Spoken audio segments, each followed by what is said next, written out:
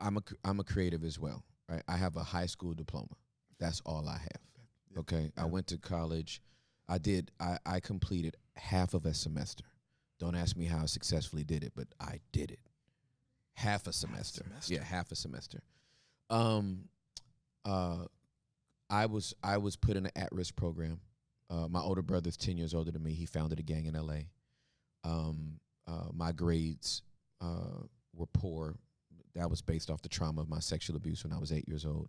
So I couldn't process in school. And then school was wildly boring.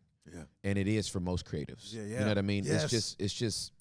I'm just bored. Like, this is, like, I didn't understand 9 months of school. Like, I didn't understand why would it take 9 months to get through this English book? Yeah. This is stupid. Yeah. I got to come every day to your class for 40 minutes. This is stupidity. So I couldn't get it. So I was at home watching Teenage Mutant Ninja Turtles. I was late to my first period class 45 days in a row, because I wouldn't walk to school in high school until Ninja Turtles went off. Show you where my priorities were. I love that. Okay, yeah, that's me. So I was a C student. Yeah. And by the time I was in 11th grade, they shifted me over to alternative school. And when I got in alternative school, they said it was my 11th grade going into my 12th grade year. And they said, okay, you're over here now. This is how many units you need to graduate. And with a diploma, not like a GED, sure. Right? But you need this many units to graduate, and here it is. And when you're done with all this work, then you'll graduate. And I was like, what? I was done in 3 months. I finished high school in 3 months. Oh. The moment they took those barriers away and let me go at my own pace, I was done in 3 months. The way I got in my math class, because math is, I still be under the table doing this. Yeah. I be at restaurants like 7, 8, 9, 10, 11, 14. Like, other people, look, that's my wife. Like, math is easy. I be looking at her like, girl, it ain't. You know what I mean? Easy for you. You know, clarify who it's easy for. It's easy for you. It ain't easy for me, right? So, but I didn't do great at math. I'm gonna tell you how I got my last 5 credits in math. I went to the teacher and I negotiated. I said, would it be okay if I wrote a rap to get out of your class? Wow. I will show you that I understand the principles and the theories of this mathematic work that I need to do, but I'm just gonna put it in rap form. And she said, I wish I could remember her name, because this girl was my ticket out of the public school system. She said, as long as it all makes sense and I can record it and show it to the faculty. Cool. I went home. I wrote that rap, performed it. She recorded it. The faculty unanimously said, let that boy out the class. Wow. That's how I got my last 5 units. So creatives can be trapped in institutions and be labeled in ways that make you think, dang, I'm not, I guess I can't do nothing. Yeah. You know what I mean? Yeah. Like, I'm not going to make it out of here. I didn't know I was smart until I was like 25 years old. A lady that teaches people how to get 4.0s on their SATs, she heard me preach at a church, and then she said, will you come over to my house? And so we talked, and she went through this battery of tests with me, and then she goes, she said, you operate at a genius level. Wow. I didn't ever think I was going to be called smart. When that woman said genius, I said to myself, who you talking to, though? You can't be talking to me. All I've heard is this dude gets C's. He barely kind of passes. Yeah. He doesn't show any. So like Mrs. Dunham was the plug. Yeah. But you bit into this thing. Yeah. Like lockjaw. Like, it wasn't like just, because some people you can see a gifting in somebody and you can tell them, but then they don't have anything in themselves. So here's here's the thing. So here's the part of the movie that you just showed me that I need to talk about. I need to talk about the reps you got in, buddy. Boy. These reps. Yeah. I'm talking about the reps prior to this audition for the school. I spent day and night in a room with that amp, just speaking into it, reading whatever I could, transcribing everything that I heard on TV, everything on YouTube, commercials that were airing on the radio, transcribing them so I can get home and read them. And then I found a website where they had all the scripts for a specific, I think it's for like ABC Network, all their what you call promo scripts. And what promos are, it's just basically the person telling you, coming up next on ABC at this time, whatever. Yeah. So they had all these scripts for all these old shows. And I was like, this is heaven. And so I sat there, pulled it all out, and just recorded myself. Boom, boom. Okay, if I wanted to make it happier, how do I do that? Coming up next on ABC. If I want to make it sad, coming up next on ABC. If I wanted to make it grungy, coming up next on ABC. How I was trying to figure out I just locked on it. And now, was this over like a summer or like? This was a summer, but it was because I loved it so much. It was something that I continued up until I got signed. Yeah, but I'm talking about the reps prior to this audition with getting the the announcements. Yeah. That was the summer. That was the summer. That was the summer. Okay, so let me tell you why that's so intriguing to me. First of all, to all my basement dwellers, if you don't have a work ethic, stop believing God. Oh my God. If you don't have a work ethic, stop believing God's gonna make you a millionaire. For what? You don't work. Yeah. You're too lazy. Right? That's good. Like you waiting for God to open up doors. You're not even practicing. Yeah. Talking about, I can't wait to become a CEO. You won't work for nobody. I can't wait till they let me sing lead. You don't sing unless they make you a lead. Mm. I wanted to slow down right here, Gabe, because it would be disrespectful to young Gabe and his work ethic. Right. You didn't just find a some site that had scripts. You was looking for it. You was looking for it. On page 8 of Google. You was searching. You was digging deep. You was scrolling, fam. 8, right? I mean, dude, like this is, like people don't understand how much work ethic it takes to be great. Yeah. It takes hours. It takes practice. Speakers speak, singers sing, players play, painters paint. They don't wait for somebody to like their work. They don't wait for somebody to approve it. They just grind. This is what I do. When I got married to Juliet, I didn't have a job for the first 9 months. It was tragic. Okay, and so I couldn't get a job at McDonald's. It was that tragic.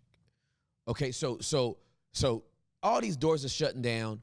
Juliet's going to work every day. I'm literally jumping up in the morning, making breakfast for my wife and seeing her out the door. She was working at Bank One. She was in the commercial teller. She's so cute.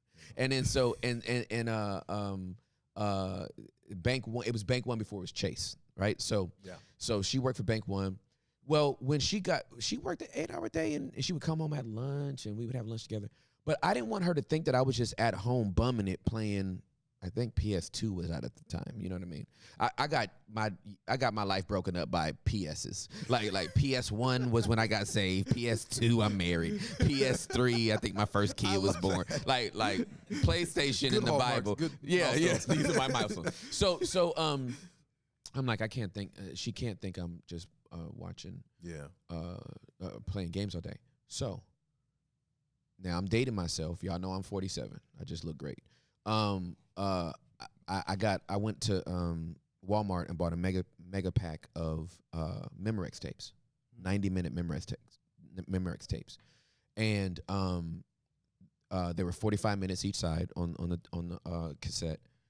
I popped it into the radio. You got to press record and play if you're old enough to know record and play, right? To record.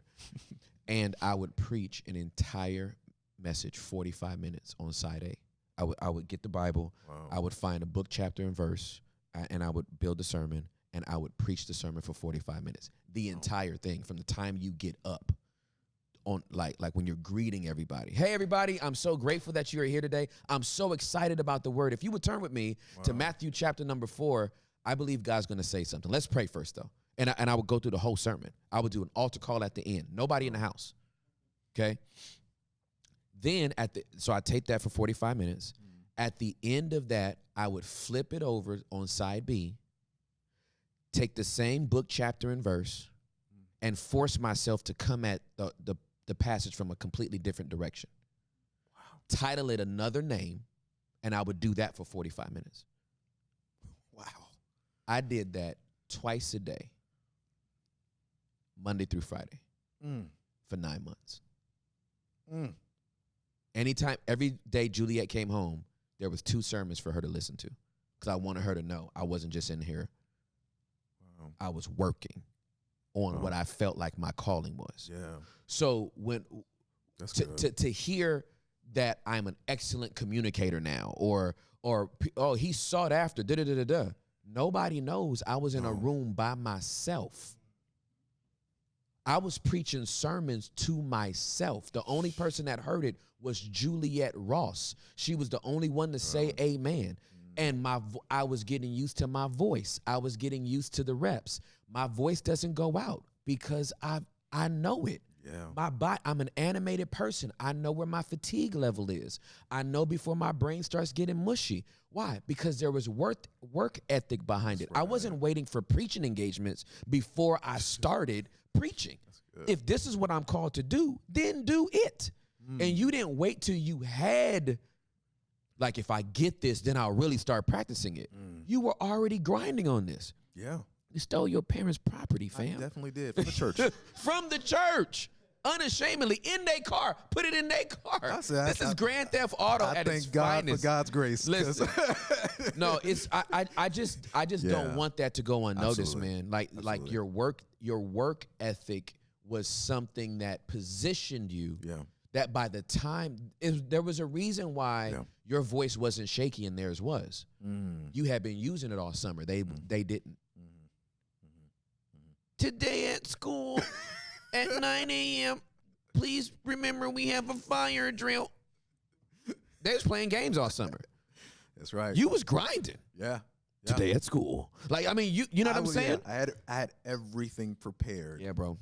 I knew what it was going to sound like. I mean, and, you know, if I go back and listen to it now, I'm like, oh, rough around the edges. Oh. There's promise. That part, right? You got to start where you start. Yeah. Like those sermons back in the day, if I listen to them now, I'd be like, oh my gosh.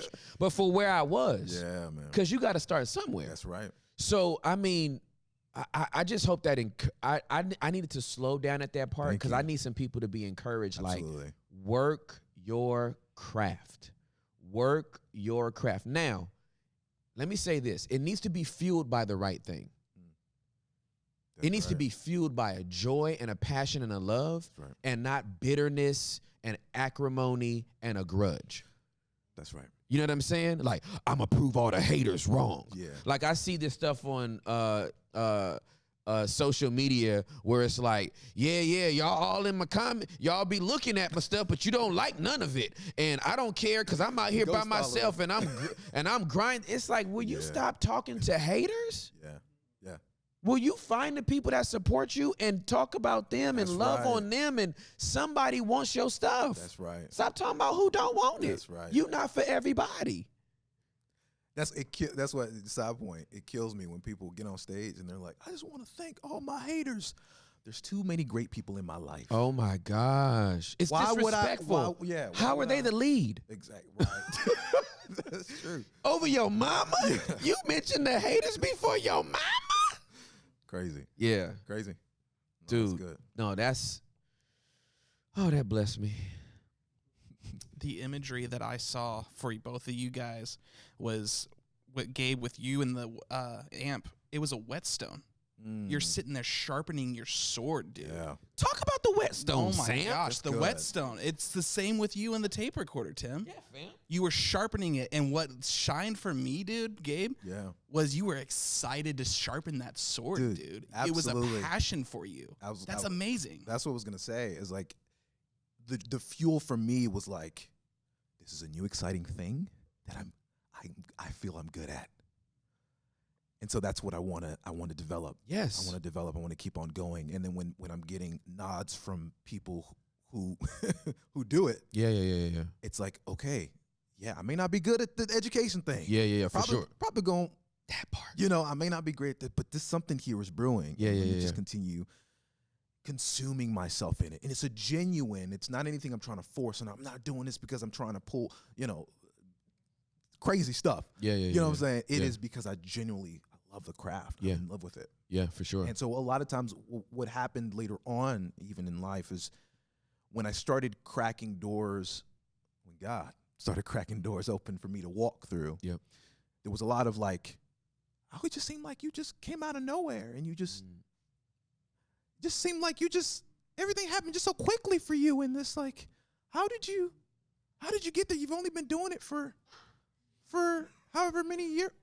Why are you here? Yeah. Why? That's the underlying Yeah. question, Yeah, right? yeah, Above all the like, you said so fast for you. Yeah. It's like, why are you here? Yeah. How are you here? Yeah. What did you do to get to this point? Yeah. What you don't see is the iceberg, this massive thing, like you That's right. said, Yeah.